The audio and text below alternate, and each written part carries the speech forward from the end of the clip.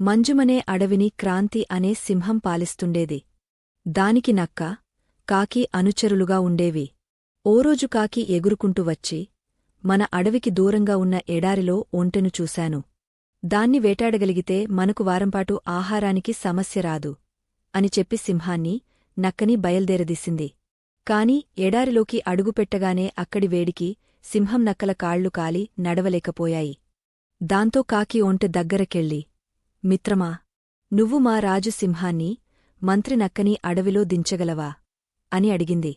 ఒప్పుకున్న ఒంటె సింహాన్ని నక్కని మోసుకుంటూ వాళ్ల స్థావరానికి తెచ్చింది. దాని మంచితనం సింహానికి బాగా నచ్చి, మిత్రమా, నువ్వు కూడా మాతోపాటు ఇక్కడే ఉండు అంది ఒంటెతో. సింహం ఉన్నపళంగా తీసుకున్న ఈ నిర్ణయం నక్కకి కాకికి బొత్తిగా నచ్చలేదు. అవి ఓ ఉపాయం పన్నాయి. మహారాజా, కాళ్లు కాలడం వల్ల మీరు ఇప్పట్లో వేటాడలేరు. మీరు ఆకలితో ఉండటం మేం చూడలేం. కాబట్టి మమ్మల్ని తినండి అన్నాయి. అది విన్న ఒంటె, వాళ్లని వదిలే రాజా, నన్ను చంపితే మీ ముగ్గురికి వారంపాటు ఆహారం కాగలను అంటూ ముందుకొచ్చింది.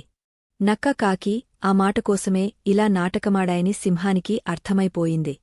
దాంతో, సరే, ఒక్కొక్కరూ వరసగా రండి.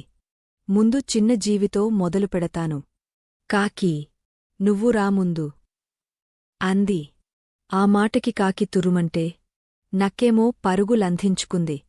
నక్క కాకి అతి తెలివికి సింహం మాంచి గుణపాఠమే చెప్పింది. సరే ఫ్రెండ్స్, లైక్ చేసి మా ఛానల్ని సబ్స్క్రైబ్ చేసుకోండి.